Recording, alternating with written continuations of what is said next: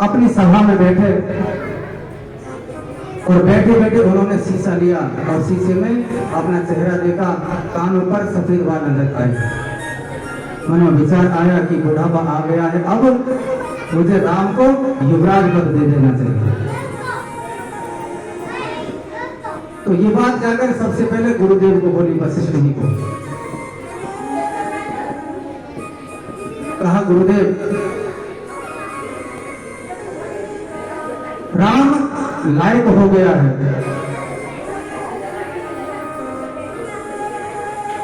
मेरी इच्छा है कि अब मेरे जीते जी मैं उसको युवराज पद दे दूं।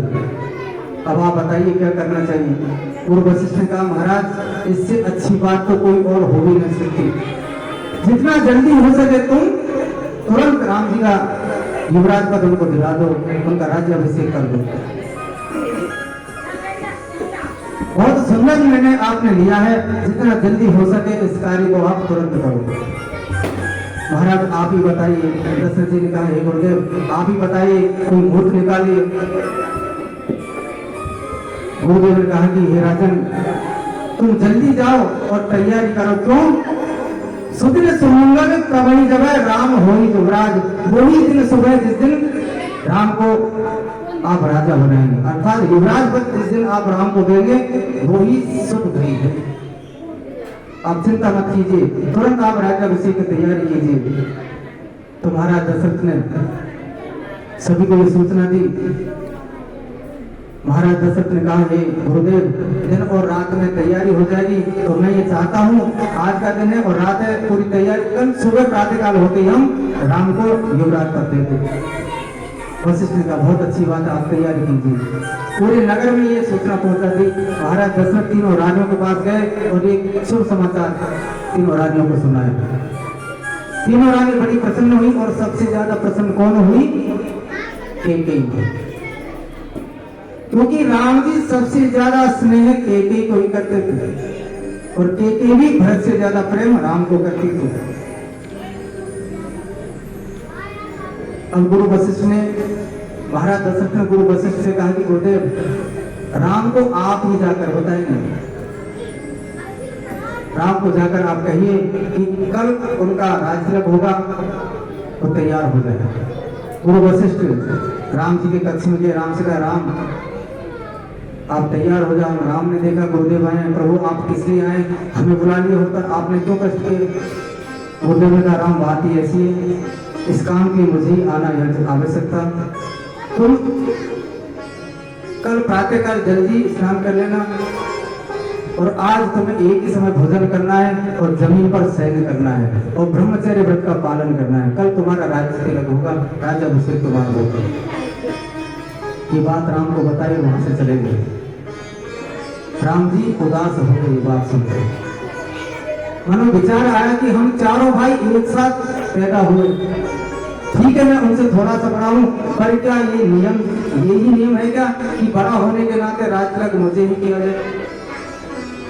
मेरा छोटा भाई भरत सब प्रकार से योग्य है तो राज्यतिलक उसको होना चाहिए, बहुत अच्छा मेरा भाई है। आज ये सोचते सोचते पूरी रात गुजरी, पूरी रात यही सोचते रहे कि बड़ा होने के नाते राज्यतिलक भी बड़े को मिले। ये कैसी परंपरा है? सत्ता प्राप्ति का जो विचार है प्रभु श्री राम को अच्छा नहीं लगा। राजा तो मेरे भरत को बनना चाहिए, ये राज्य तो मेरे भरत को मिलना चाहिए। परंतु क्योंकि गुरुदेव का आदेश है और गुरु का आदेश हो गया तो ये काम होता है, अर्थात मुझे ही राजा बनाएंगे। इधर राम के राज्याभिषेक की तैयारी हो रही, उधर देवता परेशान था, क्योंकि अगर भगवान राजा बन गए तो वो जो राक्षस आदि, जो रावण आदि राक्षस है उनको कौन मारे? इनका अवतार तो उनका हरण करने के लिए, उनको नष्ट करने के लिए, उनको समाप्त करने के लिए भगवान का अवतार हुआ। उनका वध कौन करेगा अगर ये राजा बन जाएंगे? तो सभी देवताओं ने विचार किया तो क्या किया जाए? बोले सरस्वती को बुलाया जाए। सरस्वती का आह्वान किया, सरस्वती आई। सरस्वती से कहा कि हे देवी, कल महाराज दशरथ उनके पुत्र राम को राज तिलक उनका कर रहे हैं, युवराज पद उनको दिया जा रहा है। अगर वो राजा बन गए तो रावण आदि राक्षसों को कौन मारेगा?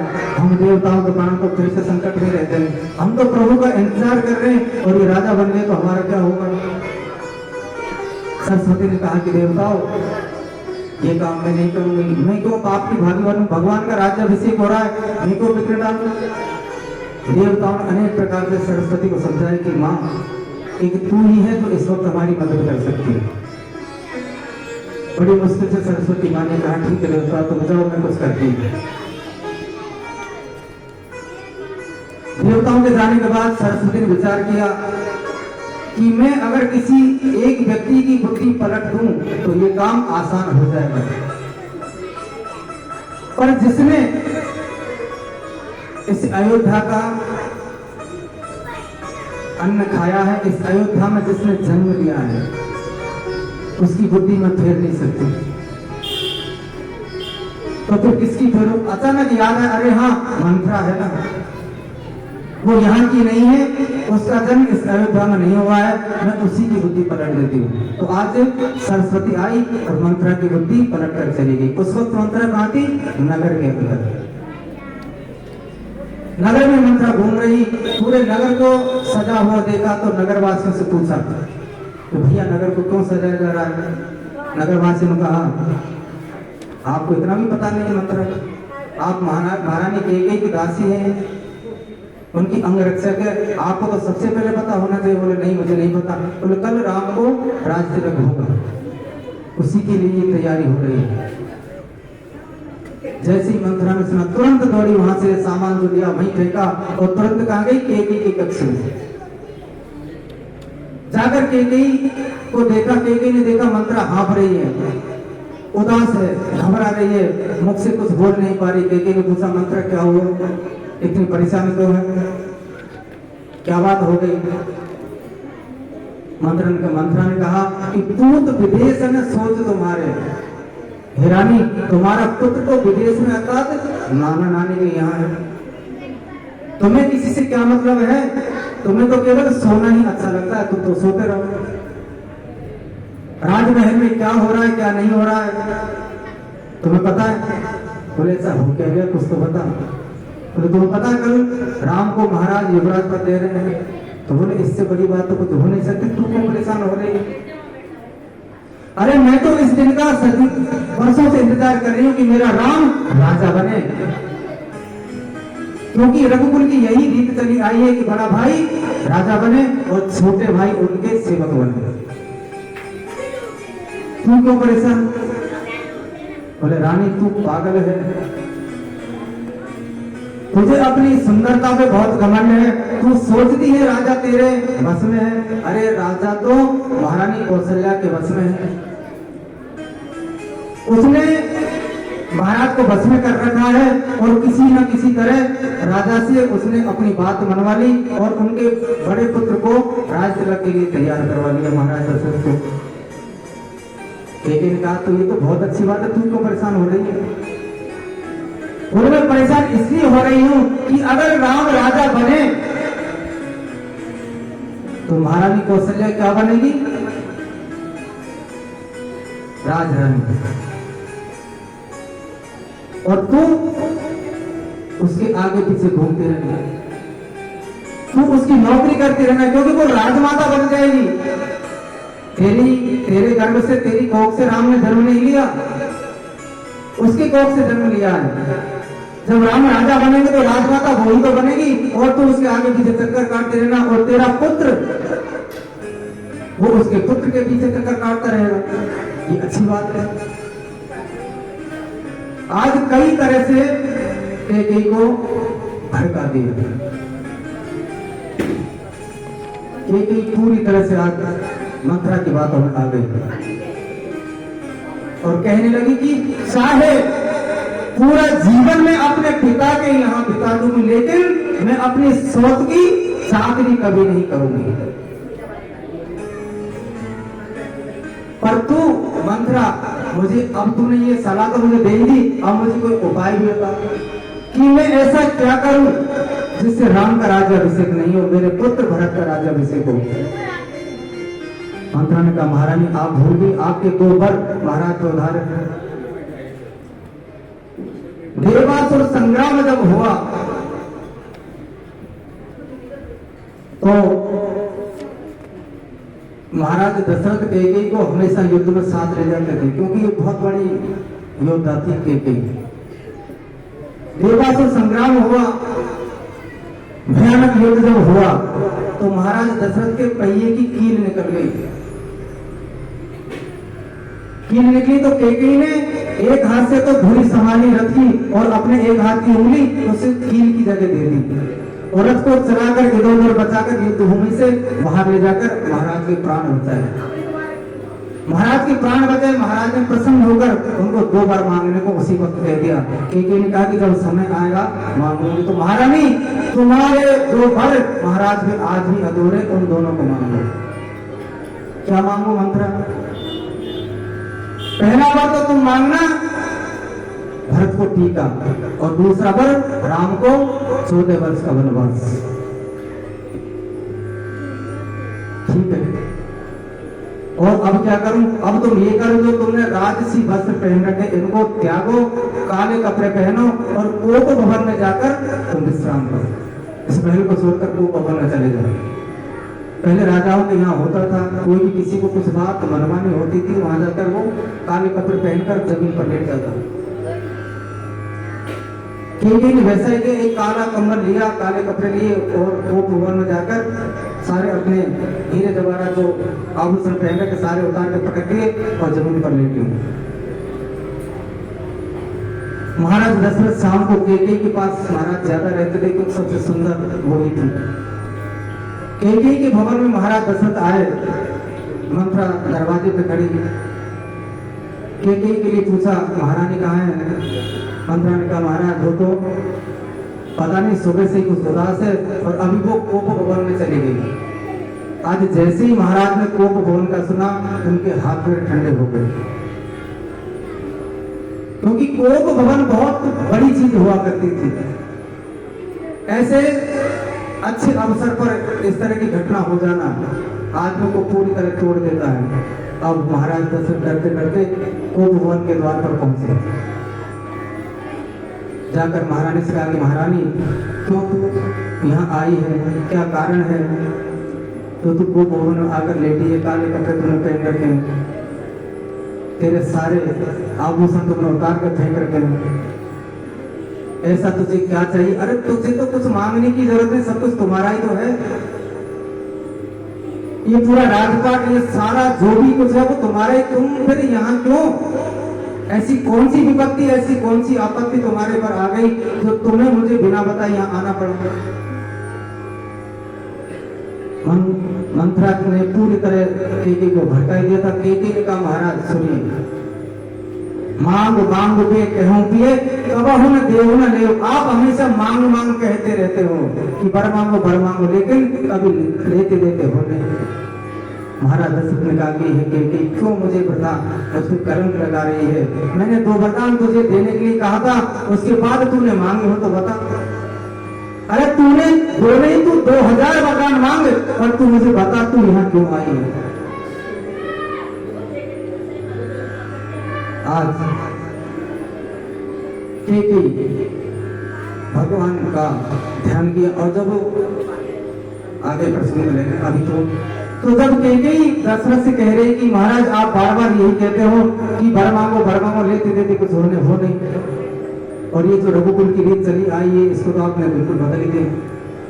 महाराज दशरथ ने कहा कि देखो ये रीत हमारी चली आ रही, तुम मांग के तो देखो, मैं अगर नहीं दूं तो फिर कहना, और हे रानी मुझे अगर मैं नहीं देता हूं तुम्हारे वर को तो मुझे मेरे राम की सौगंध है। जैसे राम की सौगंध खाई कैकेयी को पूर्ण विश्वास हो गया कि राजा अब अपने वचनों से नहीं हटेंगे। आज कैकेयी ने अपना मन थोड़ा सा जो उदास था वो ठीक किया और महाराज से बोली, सुना प्राण प्रिय भागवत जी का, देहु एक बन कहीं का। महाराज अगर आप मुझे कुछ देना ही चाहते हो तो मेरा पहला वर यह है कि राज्याभिषेक राम का नहीं, मेरे पुत्र भरत का हो। मुझे पहला वर ये चाहिए। और मांगल दूसर पर कर जोड़ी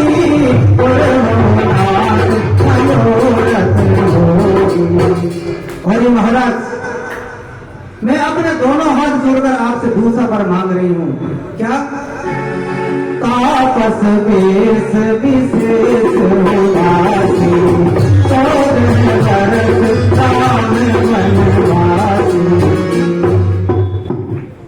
तुलसीदास जी ने इस राम कथा को लिखा वाल्मीकि रामायण के आधार पर।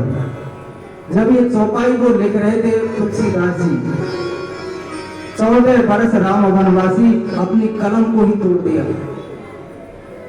किताब को बंद किया, अपनी कुटिया में जाकर सो गए। 3 दिन तक घर का दरवाजा बंद रखा, रोते रहे कि मैं मेरे नाथ को वनवास देने वाला होता। तो राम जी को तो वनवास लगे, लाखों वर्ष हो गए, जाके आए भी धराधाम को छोड़कर ही चले गए। 500 वर्ष पहले ये राम कथा तुलसीदास जी ने की। संवत 1631, अभी चला 2078, आप जोड़ लीजिए 500 कुछ वर्ष इस रामायण को लेकर हुए। 3 दिन तुलसीदास जी को अपनी कुटिया में हो गए, ना कुछ खा रहे ना पी रहे, रो ही रो रहे हैं। हनुमान जी को आना पड़ा। हनुमान जी आए, हनुमान जी ने तुलसीदास को समझाया, तुलसी बाबा, अरे प्रभु श्री राम को तो यहाँ आए और यहाँ से गए भी लाखों वर्ष बीत गए, आप क्यों शोक मना रहे हैं? आप उठिए महात्मा, आप उठो और अपनी कथा को आप पूर्ण कीजिए। बड़ी मुश्किल से आज तुलसीदास जी आए वापस और इस रामचरितमानस को लिखने लगे। केके ने दूसरा वर मांगा, तापस वेश विशेष उदासी, 14 वर्ष राम वनवासी।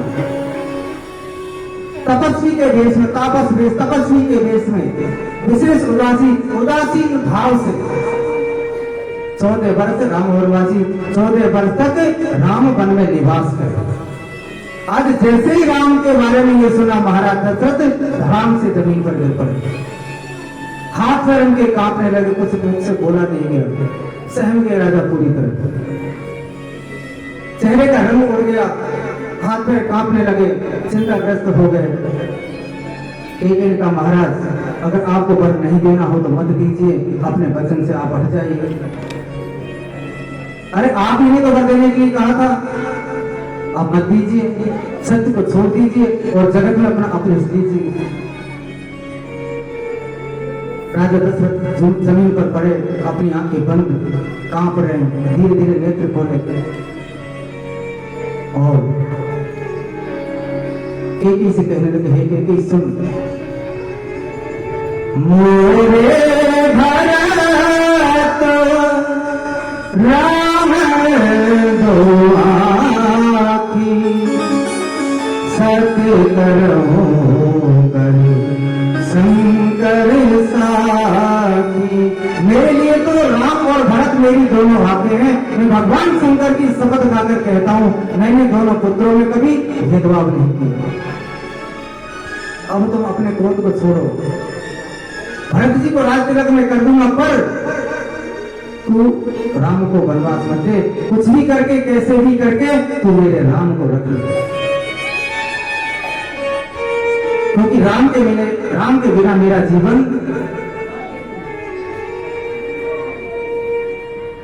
बिल्कुल खत्म हो जाएगा। मैं राम के बिना एक क्षण भी नहीं जीवित रह सकता। अनेक प्रकार से केकी को आज महाराज ने समझाया, केकी नहीं मानी। अंत में केकी बोली, होत प्रात मुनि भेष धरी, जोन राम बन जाए, मोर मरण राहुल अजस नट समझिए मनवाय। अगर प्रातःकाल होते ही राम वनवास नहीं गए तो हे राजन, मैं अपने प्राणों को त्याग दूंगी और जिससे तुम्हारा अपयश होगा। केके के वचन सुनकर आज दशरथ जी कह रहे हैं, मांगो महाको अब देहु तोहि, राम बिरह जने मारसी मोहि। मैं तुम्हें एक क्षण में मेरा ये सर काट कर दे दूंगा, पर रात राम कही जेहि ते भांति नाहित जारी जन्म भर छाती। तू किसी भी प्रकार से हो सके मेरे राम को रख ले, नहीं तो एक कुल कलंकिनी जन्म भर तेरी छाती हमेशा जलती रहेगी। एक ही प्याज असाध नृप बड़ो धरन धुनि भात कहते परम आरत वचन राम राम रघुनाथ। आज महाराज ने देखा कि मान नहीं रही, तब राजा बहुत ही आत्मभरी वाणी, बहुत ही दुखदाई वाणी से बोले, हे राम, हा रघुनाथ, मैं तुम्हारे बिना कैसे जीवित रहूंगा। ऐसा कह देकर अपना सिर जमीन पर पीटने लगा। व्याकुल राव शिथिल सब गाता करनी कलप तरु मनहु निपाता। व्याकुल हो गए, उनका शरीर ठंडा हो गया। कंठ मुख सूख मुख आवत वाणी, कंठ सूख गया, मुख से कुछ बोला नहीं जाता। एक बार फिर साहस बटोर कर बड़ी मुश्किल से कैसे बोले, हे कुल कलंकिनी तोरे कलंक मोरी पछताओ मोहि न मिटे ही न जाए जाओ। हे कुल कलंकिनी तेरा ही पछतावा मेरे मरने पर भी नहीं मिटेगा, मेरे साथ ही जाएगा। और ये हत्यारे, तू मेरी बातों को नहीं मान रही तो ठीक है, जो तुझे करना है जो तू कर, लेकिन मेरी नजरों के सामने से तू हट जा। मैं तेरा चेहरा देखना ही नहीं चाहता, तू मेरी नजरों से ओझल हो जा। ऐसा कहकर परे आओ गई विधि कहे कर सी निदान। आज राजा दशरथ अपना सिर जमीन पर बार बार पीट रहे हैं। कई प्रकार से रानी को समझाया तो उसकी समझ में नहीं आया। अंत में एक बार फिर बोले, हे कुल कलंकिनी तू क्यों सर्वनाश कर रही है। ऐसा कहकर फिर पृथ्वी पर गिर पड़े। महाराज दशरथ आज राम राम रट रहे हैं, ऐसे व्याकुल है जैसे कोई पक्षी बिना पंख के बेहाल हो जाता है। राजा अपने मन में कह रहे हैं कि ये रात इतनी बड़ी हो जाए कि सवेरा ही ना हो। रघुकुल के सूर्य जो सूरज देवता है, आज महाराज दशरथ सूर्य से कह रहे हैं, हे रघुकुल के सूर्य, हे रघुकुल के रक्षक, तुम उदय मत होना, क्योंकि तुम उदय हुए तो तुम इस अयोध्या की दशा देखकर जीवित नहीं रह पाओगे। क्योंकि तुम जब उदय होगे तो तुम्हारा पुत्र इस अयोध्या में तुम्हें नहीं मिलेगा, और ये तुम्हारा तो दास है दशरथ, ये भी अपने शरीर में नहीं मिलेगा, इसलिए तुम उदय मत होना। राम राम रट विकल भुआलो जन्म पंग विहंग विहालो। राम राम रट कर आज महाराज दशरथ भूमि पर गिर पड़े, राम राम रटने पड़े, व्याकुल आज हो रहे। विलाप करते करते रोते रोते बड़ी मुश्किल से पूरी रात्रि बीती, सवेरा हो गया। राजद्वार पर महाराज के आंगन में किसी को भी पता नहीं अंदर कितना बड़ा कलेश हो रहा। बाहर तो राज्याभिषेक की तैयारी, बीना बज रही, ढोल नगारे बज रहे, शंख की ध्वनि होने लगी। और जैसे ही आवाज महाराज के कानों में पड़ी, उनको तीर के जैसी लग रही थी। अवध के दरवाजे पर बहुत बड़ी भीड़ हो गई। जो महाराज प्रतिदिन 4 बजे उठकर अपनी जनता को दर्शन देता था, अपनी प्रजा को दर्शन देता था, आज दिन निकल आया है लेकिन महाराज अभी तक बाहर नहीं आए। सुमंत जी को भेजा, सुमंत केके के कक्ष में गए। मंत्रा मिली, मंत्रा ने कहा महाराज केके के पास गए और केके ही उपभवन पड़ी हुई है। सुमंत जी वहां गए, जाकर देखा महाराज बेसुध पड़े, काले कपड़ों में लेके ही खड़ी, महाराज ढुलक रहे, रो रहे, खून पूरे फर्श पर हो रहा है। सुमंत ने जो दशा देखी, केके से पूछा, महारानी महाराज क्या हो। केके ने कहा कि ये राम से कुछ कहना चाहते, तुम जाओ और राम को लेकर पाओ। सुमंत जी तुरंत राम के पास आए और कहा कि राघवेंद्र आपको पिताजी याद रह रहे हैं, जितना जल्दी हो सके तुम तुरंत महारानी केके के कोप भवन में पहुंचो। कोप भवन का नाम राम ने सुना, वो भी घबरा गए। तुरंत भागे और वो भवन पहुंचे। जाकर देखा पिताजी जमीन पर मूर्छित पड़े। पिताजी पिताजी आपको क्या हुआ है, कुछ बताओ पिताजी। आज पिताजी को राम जी ने झंझोड़ा, लेकिन पिताजी आंख नहीं खोल रहे। माँ से पूछा, हे माँ पिताजी को क्या हुआ है?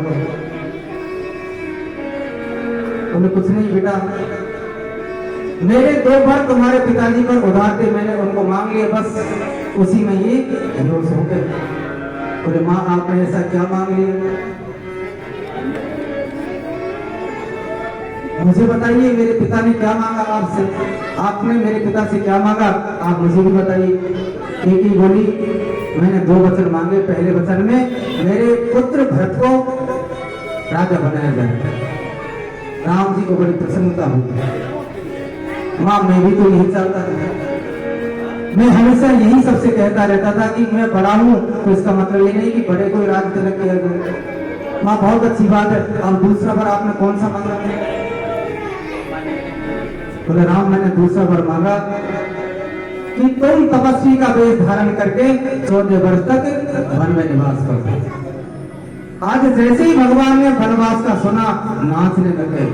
देखिए कितने सरल भगवान, भगवान में इतनी खुशी हुई और कैकेयी से बोले बस माँ इतनी सी बात, इतनी बड़ी घटना, एक छोटी सी भगवान ने उस घटना को बना दी, बस इतनी सी बात का पिता को इतना बड़ा दुख हुआ।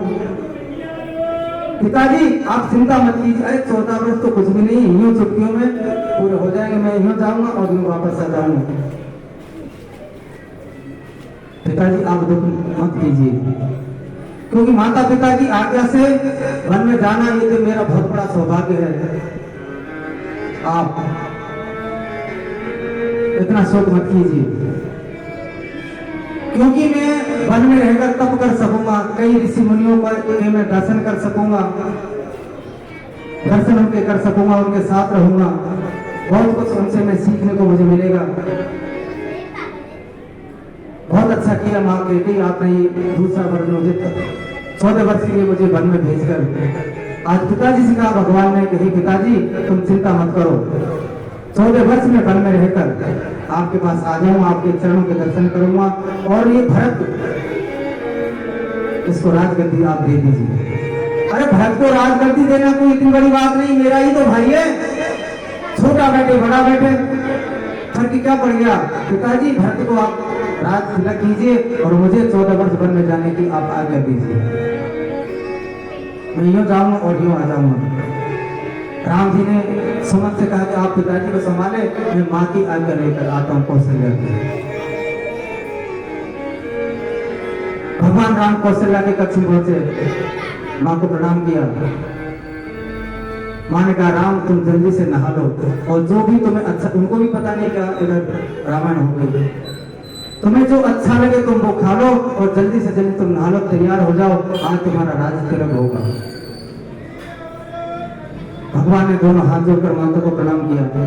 माँ ने उनको आशीर्वाद दिया, अपने बेटे का मस्तक माँ ने छुआ और कहा अब तुम जल्दी से जाओ। माँ ने कहा, बेटा ने कहा, राम जी ने कहा माँ मुझे आपसे एक बात करनी है। बोले बोलो बेटा।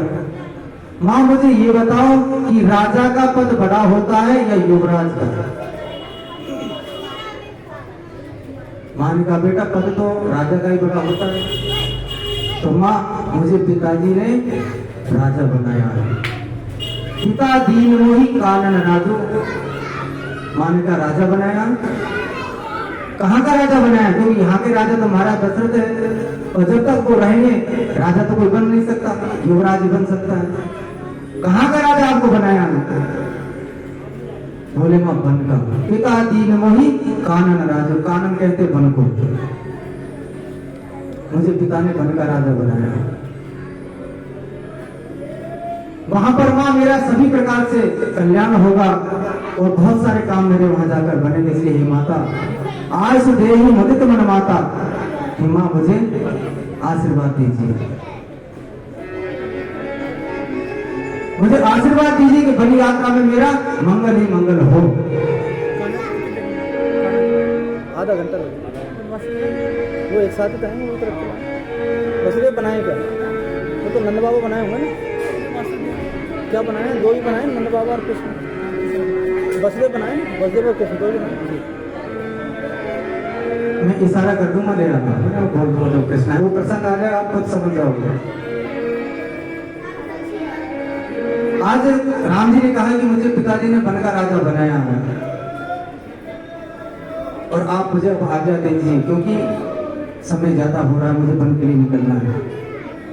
और माँ मैं ये 14 वर्ष का जो मुझे वन की अवधि है, मैं 14 वर्ष पूरा करके तुरंत आपके चरणों के दर्शन करूंगा, अब मुझे जल्दी से आप विदा कीजिए। माँ को बड़ा तो कुछ बोला नहीं जा रहा, लेकिन धीरे धर कर फिर माँ बोली कि राम तुम तो तुम्हारे पिताजी को अपने प्राणों से भी ज्यादा प्यारे थे, फिर उन्हें तुम्हें युवराज पद देने की बजाय वनवास पर दे दिया। माता की बात सुनकर मंत्री सुमंत का बेटा था, उसने सारी बात माता को बताई। सारी बात माता ने सुनी तो कौशल्या ने कहा बेटा मैं तुझको बलिहारी जाती, तुमने बहुत अच्छा किया है, क्योंकि माता और पिता इनकी आज्ञा का पालन करना पुत्र का सबसे बड़ा धर्म है और सबसे बड़ा कर्म भी यही है। लेकिन बेटा जो पितु केवल आयसु पाता, भोजन जाहु जाने बड़ी माता। अगर केवल पिता ने ही तुझे ये आज्ञा दी है वन में जाने की, तो माँ को पिता से बड़ी जानकर तू वन में मत जा, मैं तुझे वन में नहीं जाने के लिए बोल रही हूँ। अगर केवल पिता ने ही तुझे आज्ञा दी हो तो मैं माँ हूं और माँ का पद पिता से बड़ा होता है, तो माँ का पद बड़ा होने के नाते मैं तुमसे कह रही हूँ कि तुम वन में मत जाओ।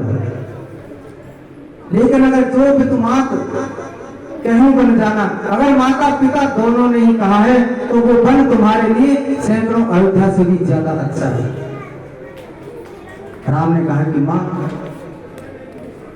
माता और पिता दोनों ने आज्ञा दी। कौशल्या ने कहा कौन सी माँ? केकई माँ।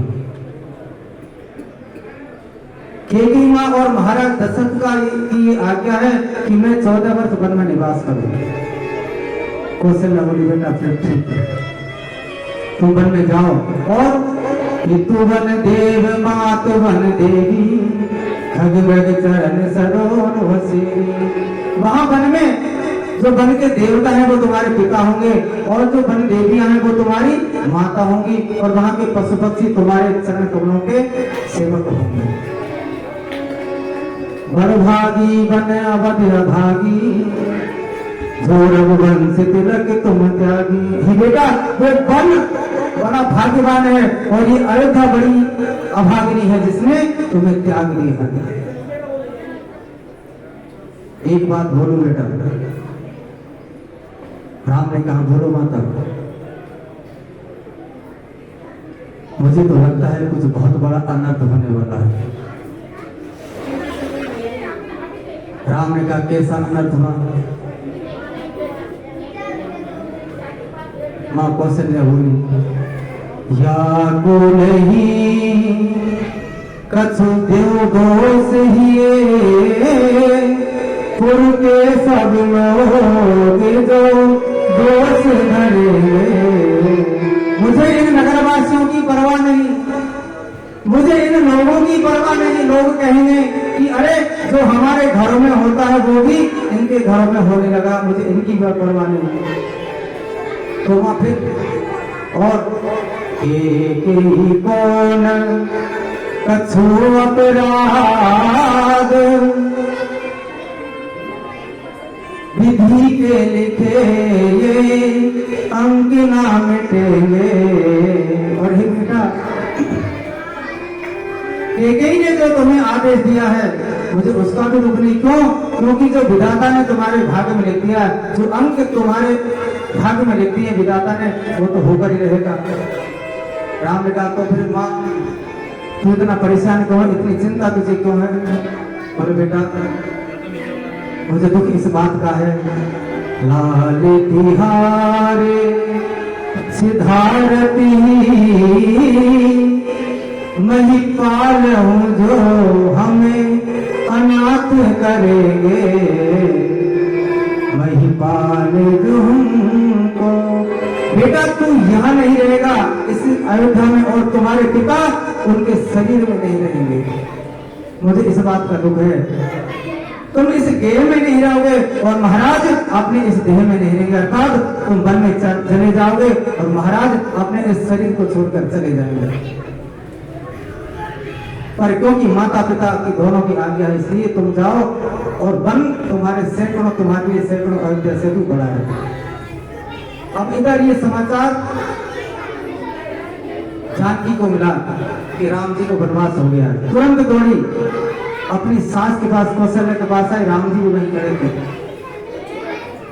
घूंघट के आकर बोली, मेरे प्राणनाथ, मेरे जीवननाथ वन को जाना चाहते हैं, मैं भी इनके साथ जाऊंगी।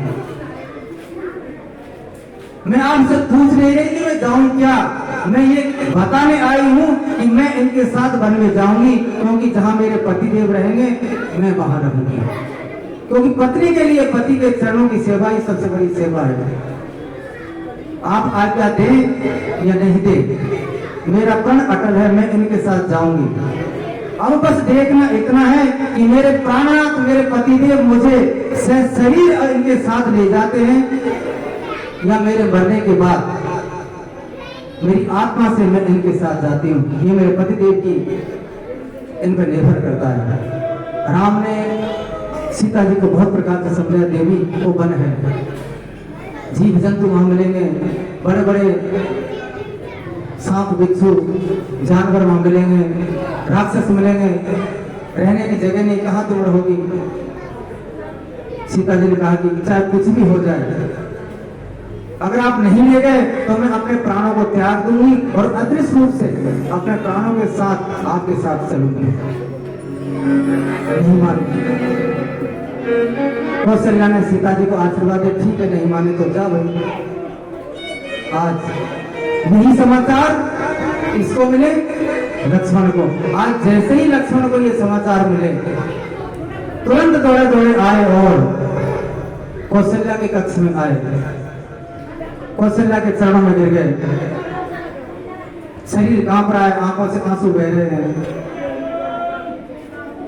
राम जी भी वहीं थे, राम जी के चरणों पकड़ लिए। लक्ष्मण, राम जी ने कहा, लक्ष्मण अच्छा हो तू आ गया, क्योंकि पिता ने मुझे 14 वर्ष वन की आज्ञा दी है। भरत और शत्रुघ्न यहाँ है नहीं, मैं तुम्हारे पास ही आने वाला था। मैं वन को जा रहा हूँ और ये जानकी भी नहीं मान रही, ये भी मेरे साथ वन में जा रही है, तो तू हमारे पीछे इस राज्य का और इस परिवार का, हमारे महाराज का, हमारे पिता का, तीनों माताओं का और इस प्रजा का पूरी तरह से ध्यान रखना और माता पिता की सेवा करना। लक्ष्मण जी ने कहा, सुनिए भगवान, अभी अभी आपने कहा है कि अगर लक्ष्मण तू अपने माता पिता की सेवा करना, तो प्रभु अगर आपको मेरे हाथों से माता पिता की सेवा करानी है तो आप मुझे अपने साथ ले चलिए। क्यों? क्योंकि जब से मेरा जन्म हुआ है मैंने आप ही को पिता माना है, और जब से माँ जानकी से आपका विवाह हुआ है मैंने इनको ही माँ माना है। अगर आपको पुत्र के दायित्वों का निर्वाह कराना है तो मुझे आपके अपने साथ ले चलिए। अगर आप नहीं ले गए तो मैं अपने प्राणों को त्याग दूंगा। आप आज्ञा दे या नहीं दे प्रभु, मैं आपकी सेवा में आपके साथ अवश्य चलूंगा। नहीं ले गए तो मैं अपने प्राणों को त्याग दूंगा। राम जी समझ गया लक्ष्मण मानेगा नहीं। राम जी ने कहा कि ठीक है, माँ से जाकर विदा लेकर आओ, जल्दी जाओ, देर हो रही है, अपनी माँ के पास जाओ। सुमित्रा के पास लक्ष्मण जी आए, माता के चरणों में मस्तक नवाया, माता ने आशीर्वाद दिया। आशीर्वाद तो नहीं लिया, लेकिन लक्ष्मण जी का तो मन भगवान राम के चरणों में था, क्योंकि वो तो राम को समर्पित व्यक्ति थे। जन्म से लेकर अंत समय तक उन्होंने भगवान के अलावा किसी को और देखा ही नहीं। आज लक्ष्मण को उदास देखा, सुमित्रा ने पूछा, बेटा बहुत बड़ा शुभ अवसर है, तू उदास क्यों? लक्ष्मण जी ने सारी घटना आज अपनी माँ सुमित्रा को बताई। लक्ष्मण जी की बातें सुनकर मां सहम गई। जैसे वन में आग लग जाती है और बीच में हिरनियां रह जाती है, उसी प्रकार उस आग लगे वन को देखकर हिरनी सहम जाती है, उसी प्रकार आज सुमित्रा जी से हो गई। लेकिन समय अच्छा नहीं जानकर अपने आप को संभाला, धीरज धारण किया और बोली, तात तुम्हार मात बेदेही, पिता राम सौभात सने। हे बेटा, तुम्हारे पिता राम है और तुम्हारी माँ जानकी है। और अयोध्या कहाँ है? अवध जहाँ जय राम निवासो, जहाँ राम का निवास है वही अयोध्या है। इसलिए है बेटा, तेरा इस अयोध्या में यहाँ कोई काम ही नहीं है, तू राम के साथ जा। धन्य इस माँ को, राम तुम्हारे पिता है। इसलिए हे बेटा, जहाँ राम जी का निवास है वही तुम्हारे लिए अयोध्या है। जहाँ सूर्य का प्रकाश हो वही दिन है। और यदि निश्चय ही सीताराम वन को जा रहे हैं तो इस अयोध्या में तुम्हारा कोई काम है ही नहीं, तुम राम के साथ वन में जाओ। धन्य ऐसी माँ को। आज अंदर गई और धनुष्वाण लेकर आई, अपने बेटे के हाथ में दिया और कहा, बेटा ये धनुष्वाण लो और प्रसन्न मन से तुम तुम्हारे माता और पिता के साथ वन में जाओ। लेकिन बेटा मेरी एक बात ध्यान रखना। कौन सी माँ? राग द्वेष ईर्षा मद को हो। राग द्वेष ईर्षा और मद, इन चारों चीजों को अपने से दूर रखना। ये दुर्गुण चारों तेरे अंदर कभी आने नहीं चाहिए। सपने में भी ये चारों अवगुण तेरे अंदर कभी 14 वर्षीय अवधि में नहीं आने चाहिए। तुम वही काम करना जिससे तुम्हारे माता पिता को सुख हो, उनको कलेश नहीं हो। यही मेरा अंतिम उपदेश है। लक्ष्मण जी ने मां को प्रणाम किया और कहा, हे मां, इन्हें 4-5 दुर्गुणों को मैं सपने में भी अपने अंदर नहीं आने दूंगा। और हो सकता है मां कि रात्रि को सोते समय मुझे सपना आ जाए और सपनों में इनमें से कोई एक दुर्गुण मेरे अंदर आ जाए। इसलिए हे मां, मैं प्रतिज्ञा करता हूं कि जब तक हम वन में रहेंगे 14 वर्ष, मैं एक क्षण के लिए सोऊंगा ही नहीं। मां, मेरे अंदर कोई किसी प्रकार का विकार अवगुण पैदा नहीं हो। मैं शपथ खाता हूं मेरे प्रभु श्री राम की, मैं इन 14 वर्ष की अवधि में एक क्षण के लिए भी सोऊंगा ही नहीं। मां ने कहा, धन्य बेटा, अब तुम जल्दी से जाओ। तुरंत लक्ष्मण जी गए राम जी के पास। राम लक्ष्मण जानकी कहाँ गए? कोपवन में महाराज दशरथ के पास। अब माता को प्रणाम किया, पिताजी को प्रणाम किया। लक्ष्मण जी की भी पत्नी थी उर्मिला जी। पतिदेव कहीं जा रहे हो, हम कहीं जाते हैं तो पत्नी से कह के जाते हैं, फलाने जगह जा रहा हूं। पति 14 वर्ष के लिए जा रहा है, पति का फर्ज नहीं बनता अपनी पत्नी को जाकर ये सूचना दे, लेकिन वो नहीं गया। क्यों? क्योंकि वो व्यक्ति राम के चरणों में समर्पित व्यक्ति है। लेकिन वो पत्नी तो आ सकती थी। पति इसलिए नहीं गया क्योंकि वो नहीं चाहता कि पत्नी के सामने मैं जाऊं और उसके आंसू देखकर हो सकता मेरा हृदय पिघल जाएगा। ये सोचकर लक्ष्मण जी पत्नी के पास गए, लेकिन पत्नी तो लक्ष्मण से मिलने साथ नहीं जाए, कोई बात नहीं, मिलने तो आ सकती थी। वो नारी मिलने भी नहीं आई। अयोध्या से ज्यादा जो त्याग पुरुष है वो है जनकपुर के व्यक्ति। जनकपुर के एक एक व्यक्ति के अंदर त्यागी, रामचरितमानस तो त्यागी त्यागी की कथा है।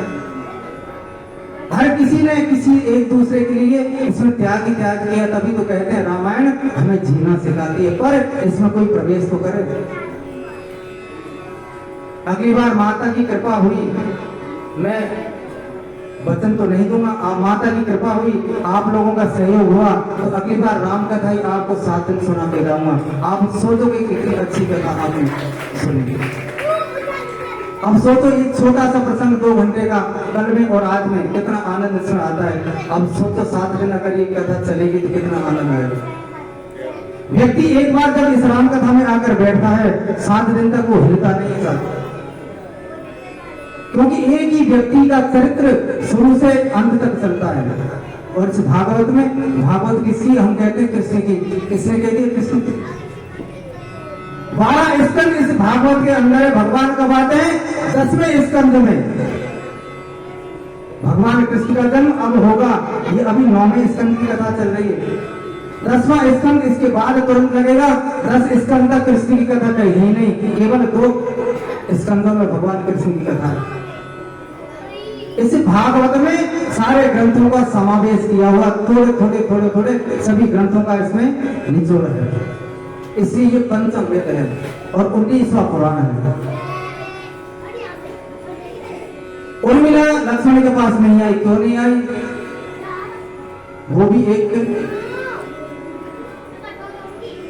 अच्छी पात्री थी और उसके अंदर भी त्याग भरा था। वो इसलिए नहीं आई कि मेरे पति प्रभु श्री राम की सेवा करने के लिए 14 वर्ष के लिए वन में जा रहे हैं, अगर मैं वहां जाऊंगी तो हो सकता है मुझे देखकर उनके मन में कोई दया भावना उत्पन्न हो, या वहां पर जो लोग खड़े होंगे उनको मुझे देखकर ये लगने लगे कि उर्मिला भी लक्ष्मण के साथ वन में जाना चाहती, इसलिए यहाँ आई है।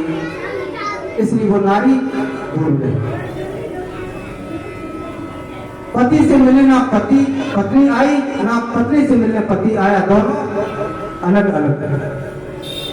और 14 वर्ष तक लक्ष्मण ने प्रतिज्ञा ली, सोऊंगा नहीं, और उर्मिला ने प्रतिज्ञा ली कि मैं 14 वर्ष तक एक क्षण के लिए बैठूंगी ही नहीं। खड़ी रही पूरे 14 वर्ष। ये त्याग उर्मिला का। जब लक्ष्मण को शक्ति लगी, हनुमान जी संजीवनी लेकर आ रहे थे अयोध्या को ऊपर से, तो भरत जी ने देखा कोई असुर जा रहा है। एक बिना नौक का एक बाण मारा, हनुमान जी के घुटने में पड़ा। हनुमान जी हाय राम कहते हुए पृथ्वी पर आए। जैसी राम धुनी भरत जी ने सुनी, घबरा गए, ये तो कोई राम भक्त है। उनके पास कि आप कौन, तुम्हारा नाम क्या? बोले मैं राम भक्त हनुमान हूं। जैसे राम सुना भरत जी रोने लगे कि मुझसे बहुत बड़ा अपराध हो गया। कारण पूछा आप यहाँ क्यों? बोले लक्ष्मण जी को शक्ति बाण लगा है और ये संजीवनी बूटी हिमालय से मैं लेकर आया हूँ। प्रातः काल होने तक अगर नहीं पहुंचा तो उनके प्राण संकट में पड़ जाएंगे।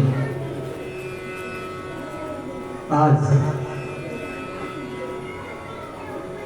भरत जी ने कहा तुम चिंता मत करो, मैं तुम्हें हमारे परिवार से मिलाता हूं। तो हनुमान जी को लेकर महल में आ गए।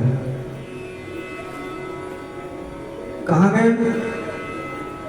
सुमित्रा के पास। लक्ष्मण की मां सुमित्रा, जाके प्रणाम, क्योंकि सुमित्रा का बेटा ही मूर्छित है। सबसे पहले हनुमान जी सुमित्रा के पास गए कि देखें उनको ये समाचार सुनाते क्या वो उनको होता है, रिएक्शन होता है, रोती हंसती, क्या कहती।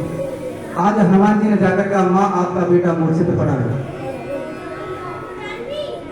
माँ को ना दुख हुआ ना खुशी हुई और बिल्कुल सहज स्वभाव में माँ खड़ी रही। शत्रुघ्न को बुलाया। हनुमान जी ने कहा कि मेरे लक्ष्मण को शक्ति बांधना कोई बात नहीं, मेरा एक बेटा अभी जीवित है। शत्रुघ्न तू जा हनुमान के साथ, मेरा राम अकेला नहीं रहना चाहिए। देखिए सुमित्रा का त्याग। एक एक पात्र महान, सभी ने सभी के लिए त्याग किया। मेरा राम अकेला नहीं रहना चाहिए, मेरा दूसरा पुत्र जीवित है। शत्रुघ्न बेटा तू हनुमान के साथ है।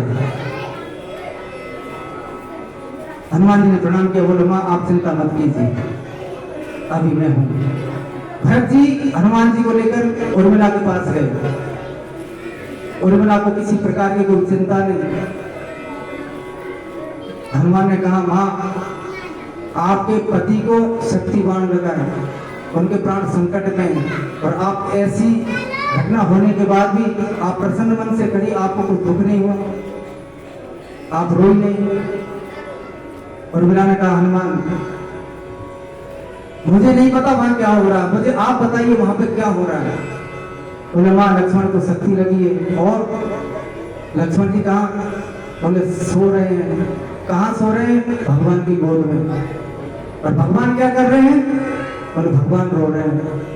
तो फिर हनुमान जिसके दुख होता वही रोता है। और मेरे पति के शरीर में कोई एक ऐसी जगह नहीं जहां पर राम नहीं हो।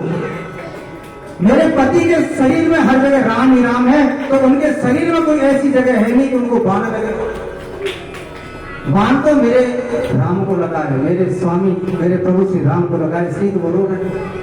क्योंकि जिसे आघात लगता है वो रोता है, और जिसे सुख मिलता है वो चैन की नींद सोता है। तुम चिंता मत करो हनुमान, मेरे पति की प्रतिज्ञा थी कि 14 वर्ष सोऊंगा नहीं, तो मेरे भगवान मेरे प्रभु श्री राम ने एक योजना निकाली है कि मेरा लक्ष्मण सोया नहीं, इसको युद्ध करना है, राक्षसों को मारना है। एक योजना बनाई, इस बहाने कुछ देर अपनी पीठ सीधी कर लेगा। तो चिंता मत कर हनुमान, मेरे पति को कुछ नहीं। हनुमान ने कहा माता अब मैं चलता हूं, क्योंकि सूर्योदय हो गया तो मुश्किल हो जाएगा, लक्ष्मण के प्राण नहीं बचेंगे।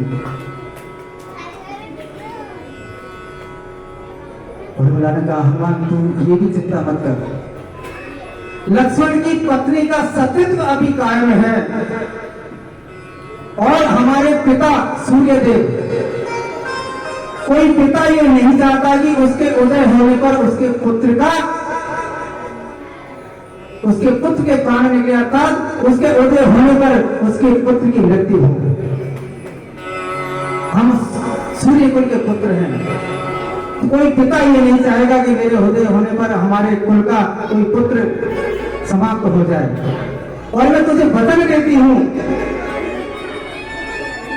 इस लक्ष्मण जी की पत्नी उर्मिला का सतीत्व अभी इतना कायम है कि जब तक तू लंका नहीं पहुंचेगा मैं सूर्य को उदय नहीं होने दूंगी। तू चाहे 1 महीना यहाँ रह ले, मैं सूर्य उदय नहीं होने दूंगी।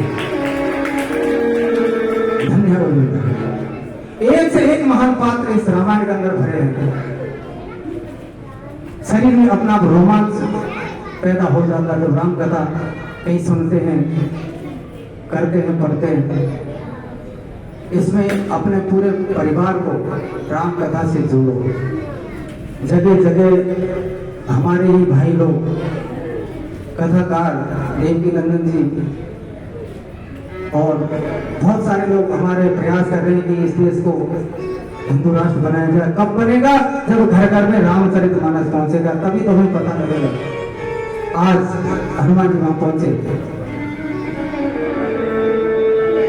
संजीवनी लक्ष्मण उपजाई, उनके प्राण बचे, कथा में पुण्य लौटते हैं। आज भगवान ने, राम ने, लक्ष्मण ने महाराज दशरथ को प्रणाम किया और कहा महाराज आप उठिए और हमें आप विदा कीजिए, आप चिंता मत कीजिए। महाराज ने नेत्र खोल के देखा, सीता जी भी खड़ी। कहा राम सीता भी तुम्हारे साथ जा रही है? बोले हाँ पिताजी। आज दशरथ जी ने सीता जी को समझा बेटा कुछ दिन पिता के यहाँ चली जाना, कुछ दिन यहाँ रह लेना, पर तू वन में मत जा। अगर तू वन में चली जाएगी तो मैं तुम्हारे पिता महाराज जनक को क्या मुंह दिखाऊंगा। तू यहीं रहे, कुछ दिन यहाँ रहना, कुछ दिन तुम्हारे पिता के यहाँ चली जाना, पर तू मत जा। लेकिन जानकी नहीं मानी।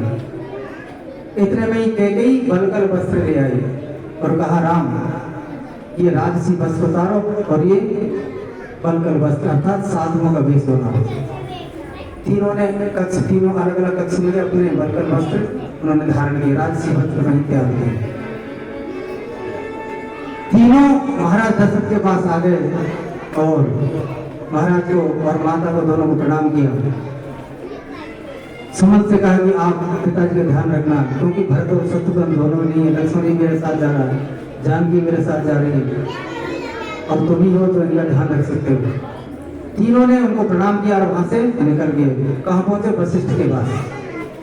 और वशिष्ठ के पास राम लक्ष्मण सीता पहुंचे। गुरु जी से कहा गुरु जी मैं 14 वर्ष के लिए वन में जा रहा हूँ, यहाँ आप ही हो, पिताजी को आप वही बातें सुनाना जिनसे उनका संताप हो। उसी वक्त पूरा नगर वहां आ गया तो भगवान राम ने सभी को 1 वर्ष का भोजन पानी दिया। गुरुदेव से कहा कि हे गुरुदेव ननिहाल से भरत और शत्रुघ्न को बुला लेना और उनको जितना जल्दी हो सके बुला लेना, क्योंकि पिता की तबीयत कुछ ठीक नहीं है, माँ भी बहुत रो रही है, कोई इनको संभालने वाला नहीं, इसलिए आप इनका ध्यान रखिए। ऐसा कहकर भगवान चलने लगे। इधर दशरथ ने सुमंत से कहा कि सुमंत क्या वो तीनों गए? बोलो हाँ महाराज वो तीनों गए। ये सुमंत ऐसा कर तू भी रथ लेकर जा और इनको रथ में बिठाकर 2-4 दिन वन में घुमाकर इनको वापस ले आ। सुमंत ने महाराज को प्रणाम किया, रथ तैयार किया और रथ तैयार करके राम जी के आगे खड़े हो गए। राम जी आगे खड़े हुए और राम जी से कहा कि पिता ने ये रथ भेजा है, आप इसमें बैठ जाइए। तो जानकी, लक्ष्मण और राम जी तीनों उस रथ में बैठ गए। पूरा नगर उस रथ के साथ साथ भगवान के पीछे पीछे चल दिया। भगवान सबको मना करते लेकिन कोई मान ही नहीं रहा। पूरी अयोध्या खाली होगी, भगवान के पीछे पीछे सारे बूढ़े जवान सब उनके साथ चल दिए। रात्रि हो गई, तमसा नदी के किनारे भगवान पहुंचे। जब ही जामन बीती, जैसे आधी रात बीती, सभी सो गए। भगवान राम ने सुमंत को उठाया और कहा कि जल्दी से उठिए और रथ को ऐसे चलाइए कि उस रथ के पहियों के निशान इन नगरवासियों को कहीं नजर नहीं आए, नहीं तो ये पहियों के निशान को देखते देखते देखते हमारे पास आ जाएंगे। 12 बजे उठे, तीनों को रथ में बैठाए और सुमंत ने रथ को इधर उधर घुमाकर आगे ले गए। अब इधर सुबह जब हुई, ग्रामवासी जगह भगवान को नहीं देखा, चिल्लाए रोए, इधर उधर ढूंढा नहीं मिले तो रोते रोते वापस अयोध्या में आ गए। इधर भगवान राम वन को चल दिए। ये रामचरितमानस का एक बहुत ही सुंदर प्रसंग है।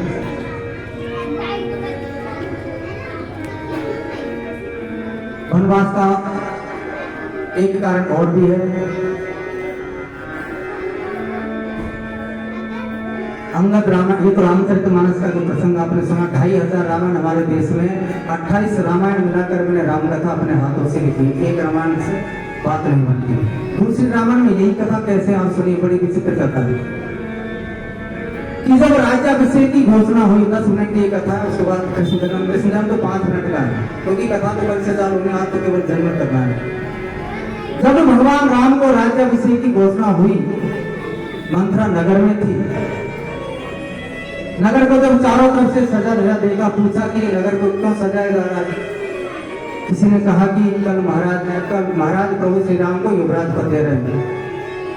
तो मंथरा बहुत प्रसन्न हुई, दौड़ी दौड़ी मन में सोचा कि महारानी कैकेयी को मैं खुशखबरी सुनाऊं और मैं उनसे कुछ इनाम प्राप्त करूं। उस इनाम के लोभ से मंथरा दौड़ी दौड़ी जल्दी जल्दी भागी जा रही। रास्ते में एक पेड़, उस पेड़ पे एक कबूतर और एक कबूतरी दोनों बैठे हुए। कबूतर उदास, कबूतरी ने पूछा कल राम का राज्याभिषेक है महाराज, आप उदास क्यों हो रहे हैं? कि मैं इसलिए उदास हूं कि कल राम का राज्याभिषेक होगा। बोले क्यों? बोले कल ही नहीं, कल से लेकर 14 वर्ष तक जो भी इस गद्दी पे बैठेगा उसकी मृत्यु हो जाएगी। ये बात किसने सुनी? मंथरा ने। मंथरा पक्षियों की बात सुनती थी, क्योंकि जो ये कहाँ के थे? कैकेयी देश के। कैकेयी देश महाराज कैकेयी का देश था। उसमें सभी उसके नर नारी पशु पक्षियों की भाषा सभी समझते थे। मंथरा ने उन दोनों कबूतर कबूतरी की भाषा सुनी, पहचानी और अब तो वो डर गई। मन में सोचने लगी कि कैसे भी हो, किसी भी प्रकार से मुझे राम को कल इस राजगद्दी पर नहीं बैठने देना। अगर राम राजगद्दी पर बैठे तो उनकी मृत्यु हो जाएगी और मैं ये नहीं चाहती, क्योंकि राम अगर चले गए तो पूरा अयोध्या चला जाएगा। ये विचार करके आज ये मंथरा कहां पहुंची? कैकेयी के पास। कैकेयी के पास पहुंची, जाकर कैकेयी को सारा वृत्तांत सुनाया। कैकेयी ने कहा तू चिंता मत कर मंथरा, महाराज के 2 वर मेरे पे बाकी है और मुझे ये भी पता है कि मैं उन 2 वर को जब मांगूंगी तो संसार में कोई मुझे अच्छा नहीं कहेगा। पर क्यों? क्योंकि इस अयोध्या का हित करना मुझे आता है। मैं इस अयोध्या के हित के लिए अपने आप को, सारा दोष मैं अपने आप पर ले लूंगी। कोई बात नहीं, जमाना कोई कुछ भी कहे, मैं अपने परिवार के खातिर ये अपयश भी झेलने को तैयार हूं। इस कारण से भगवान का राज्याभिषेक टला। एक कारण, राम को जब पता चला कि कल मेरा राज्याभिषेक कैकेयी के कक्ष में गए, कैकेयी से जाकर बोला माँ आपको तो सब कुछ पता है, आपको तो पता है मेरा जन्म क्यों हुआ है, मैं किस लिए प्रकट हुआ। मैंने कई ऋषि मुनियों को वरदान दे रखे हैं, रावण आदि राक्षसों का मुझे विनाश करना है, सारे देवता उनसे पीड़ित हैं। अगर मैं राजा बन गया तो उन दुष्टों को कौन मारेगा? अगर मेरा राज तिलक हो गया तो मैं उनको कैसे मार पाऊंगा? और माँ, मैंने राजा बनने के लिए अवतार नहीं लिया। आप कैसे भी करके मुझे वन में भेजने का प्रयास करेंगे, और प्रयास नहीं, उस प्रयास को आप सफल बनाएंगे, मुझे वन में भेजने की आप कृपा करें। ठीक है, कहा राम, ये काम मैं कर तो लूंगी, पर इस काम को करने के बाद मेरा भरत मुझे जीवन भर कभी मां कह के नहीं पुकारेगा। उसकी नजर में मैं पूरी तरह से गिर जाऊंगी और पूरा समाज मुझे कभी अच्छी दृष्टि से नहीं देखेगा। पर तुम चिंता मत करो राम, इस अयोध्या की भलाई के लिए मैं ये भी करने को तैयार हूं। मेरे दो वरदान महाराज के उदार है, मैं दोनों में से एक वरदान भरत को टीका मांग लूंगी और एक बार मैं आपको वनवास दे दूंगी। मुझे पता है तुम्हारे नहीं रहने पर मेरा भरत इस राजगद्दी पर नहीं बैठेगा, क्योंकि ये गद्दी तो परमात्मा की है। मेरा पुत्र तुम्हारे वियोग में, तुम्हारे अभाव में इस गद्दी पर नहीं बैठेगा, तो गद्दी भी सुरक्षित रहेगी और पिता के वचनों का पालन भी हो जाएगा। मां ने राम से कहा तुम चिंता मत करो, एक कारण हो, कई कारण जब होते हैं तो ये घटनाएं घटती। राम ने अवतार दिया, कितनी घटनाएं घटी, कितने कारण बने, तब जाके राम का अवतार हो। कोई भी भगवान अवतार लेते हैं, बहुत सारे कारण इकट्ठे हो जाते हैं। राज्याभिषेक की घोषणा हो गई, लेकिन राज मुकुट उस महल में नहीं। जो भी राजा बनता है उसको राज मुकुट पहनाया जाता है। राज मुकुट अलग होता है और जो राजा पहनते हैं वो मुकुट अलग होता है। राज मुकुट राजा कब पहनता है? जब उस राज्य सिंहासन पे बैठता है, और एक मुकुट अलग होता है जो वो उसको हमेशा पहनता जान नहीं जाता। राज तिलक की घोषणा हो गई, राज मुकुट अयोध्या में नहीं है तो कहां गया? एक बार बाली की भिड़ंत महाराज दशरथ से हो गई। बाली को ये वरदान था कि बाली के सामने जो भी आएगा उसका आधा बल बाली के अंदर चला जाता था, इसलिए बाली कभी किसी से परास्त नहीं होता था। उसका खुद का बल तो था ही, सामने कितना भी बड़ा योद्धा हो, जैसे ही बाली के सामने जाएगा उसका आधा बल उस बाली के अंदर अपना भी आ जाता है। दोनों में युद्ध हुआ, लेकिन महाराज दशरथ से जीत नहीं पाए। बाली ने महाराज से कहा कि हार के स्वरूप में या तो आप मुझे केकरी को देकर जाओ। महाराज आपने हार मानी, आप हार गए, तो आप हार गए, इसके निमित्त मुझे या तो बैठ जाओ, क्या कर रहे हो, बैठे कोई बात नहीं। इस हार के निमित्त या तो तुम मुझे महारानी केकरी को देकर जाओ या फिर तुम मुझे अपना राजमुकुट देकर जाओ। तो महाराज ने अपना राजमुकुट बाली को दे दिया। बाली उस मुकुट को, और महाराज अपने महल में आ गए। बाली उस मुकुट को लेकर पूरे त्रिलोकी में उसने चक्कर काट, लेकिन उसको रखने की जगह कहीं नहीं मिली, क्योंकि महाराज दशरथ दसों दिशाओं में जिनके रथ को कोई रोक नहीं सकता, ऐसे महाराज दशरथ के रथ के राजमुकुट को तू लेकर आया, किसी ने उसको शरण नहीं दी। एक बार रावण ने सुना कि इस संसार में सबसे बड़ा योद्धा बाली है, तो सभी ने रावण को जीत लिया। अब बाली को जीतने के लिए बाली के पास आया। बाली ने रावण को पकड़ा और अपनी कांख में दबा लिया। 6 महीने तक रावण कांख में दबा रहा। जब रावण छूट के भागा तो उस मुकुट को लेकर लंका चला गया। देखिए मुकुट कहां से कहां पहुंच गया, लंका पहुंच गया। राम ने जब बाली को मारा छुपकर, सब कहते हैं भगवान ने छुपकर क्यों मारा, छल क्यों किया? बाली ने भी तो छल किया था, छल से राजमुकुट क्यों ले गया? भगवान राम ने जब बाली को छुप के मारा, जब बाली मृत्यु शैया पर था, बाली ने कहा कारण खबर ना तुम्हें मारा, क्या कारण है जिस कारण से आपने मुझे मारा? भगवान ने कहा याद कर बाली, तू किसी का मुकुट लेकर आया था। बाली को याद है, हाँ मैं उन्हीं महाराज दशरथ का पुत्र राम हूं। तूने सोच भी कैसे लिया कि अयोध्या की शान को तू लेकर आ जाएगा और तू जीवित रह जाएगा? अब पता वो मुकुट कहाँ है? वाणी ने कहा महाराज प्रभु, रावण जब मुझे मारने आया, मुझसे युद्ध करने आया, तो मैंने उसको अपनी कांख में दबाया। जब वो छूट के भागा तो मुकुट को लेकर लंका चला गया। आप ऐसा कीजिए, मेरे पुत्र अंगद को अपनी शरण में रखिए, ये अपनी जान की बाजी लगाकर भी उस मुकुट को लेकर आएगा। तो जब भगवान लंका चढ़ाई भगवान ने की तो अंगद को भेजा था। आप सभी को याद है, अंगद ने जाकर सभा में पैर जमाया था और उद्घोष किया था कि जो भी कोई इस सभा में मेरा पैर भी थोड़ा सा भी हटा देगा तो मैं प्रभु श्री राम की तरफ से आपको वचन देता हूं कि हम सीता को हार गए।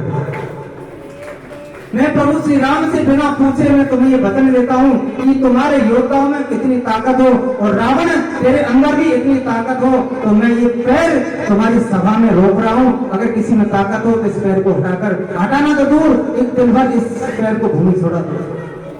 सभी योद्धा एक एक करके आए, किसी से पैर नहीं हटा।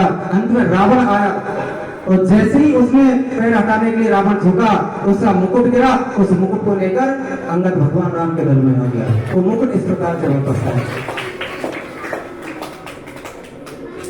चलिए इस कथा को हम सूक्ष्म रूप में लेते हैं। इधर अगला पड़ा भगवान का गंगा के तट पर हुआ।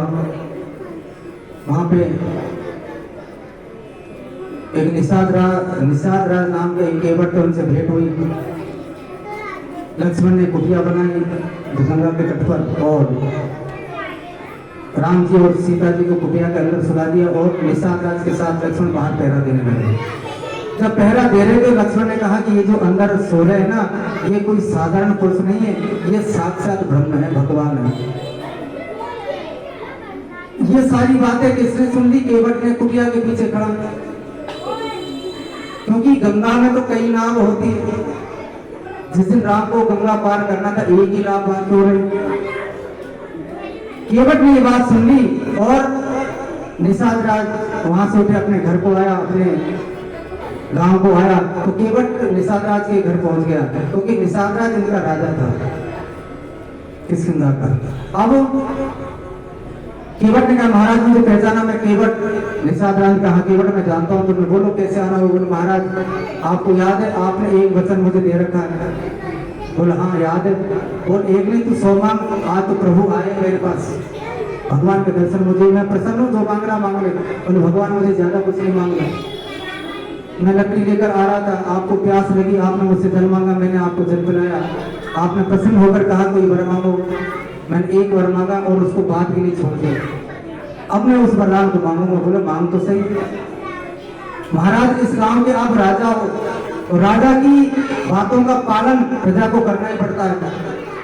आपसे मैं ये मांगने आया हूँ। अब इधर जैसे ही सबने सुना, सब नाव वालों ने तो अपनी नावों को रात में सजाना शुरू कर दिया कि राम गंगा तट पर आए और आए तो उतरेंगे जरूर, किसी न किसी की नाव तुलेंगे। तो सबने अपनी नावों को अच्छे अच्छे तरीके से सजाना शुरू कर दिया। केवट गरीब बेचारा, कुछ नहीं उसको सजाने के लिए। निषाद राज का महाराज मैं आपसे उस वचन को मांगने आया हूँ, क्योंकि सभी को ये पता लग चुका है कि ये जो आए हैं भगवान है और सभी इनको अपने अपने नावों में बिठाना चाहते हैं। इसलिए मैं आपसे मांगना चाहता हूँ कि कल प्रातः काल से लेकर सूर्यास्त तक इस गंगा के घाट पर मेरी नाव के अलावा किसी और की नाव नजर नहीं आनी चाहिए। कितना बड़ा वरदान मांग लिया निषाद राज का। बस इतनी सी बात बोला ठीक है। जब निषाद राज ने सभी नाव वालों को कहते कि भैया अपने अपने नावों को लेकर तुम अपने अपने एक दूर चले जाओ, नावों को बांध जाओ और तुम अपने घर हो जाओ, केवल इस केवट की नाव इसमें रहेगी। केवट प्रसन्न हो गया और प्रातःकाल जब हुई, भगवान जब जागे,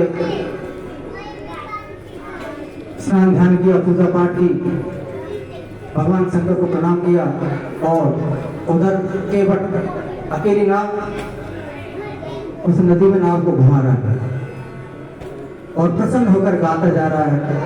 प्रेम नगर की डगर कठिन रे बटोही न करना बसेरा।